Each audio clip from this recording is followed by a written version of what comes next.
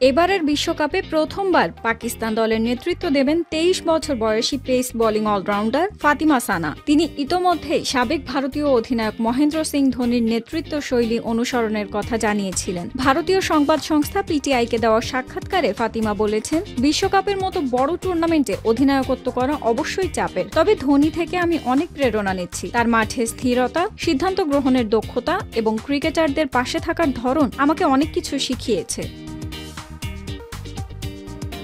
ফাতিমা আরও জানিয়েছেন, পাকিস্তান দলের প্রথম ম্যাচ হবে 10 অক্টোবর বাংলাদেশের বিপক্ষে। তার লক্ষ্য দলকে প্রথমবারের মতো সেমিফাইনালে পৌঁছে দেওয়া। তিনি বলেন, আমরা অতীতে বসবাস করতে চাই না। এবার আমাদের তরুণ ক্রিকেটাররা জানে এই প্রতিযোগিতা কতটা গুরুত্বপূর্ণ। আমি আশা করি আমাদের দলের খেলা আরও শক্তিশালী হবে এবং আমরা সেমিফাইনালে পৌঁছাতে পারব।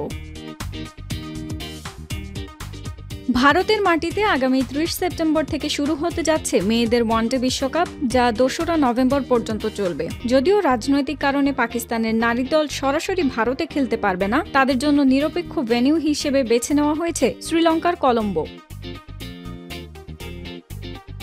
৮ দলের হাইব্রিড মডেলে অনুষ্ঠিতব্য এই টুর্নামেন্টে লিগ পর্বে মোট ২৮টি ম্যাচ খেলা হবে। এবারের বিশ্বকাপে মোট পুরস্কার ধরা হয়েছে $১৩.৮৮ মিলিয়ন, যা ২০২২ সালের নারী ওয়ানডে বিশ্বকাপের তুলনায় প্রায় ৪ গুণ বেশি এবং ২০২৩ সালের পুরুষদের ওয়ানডে বিশ্বকাপের চেয়েও বেশি।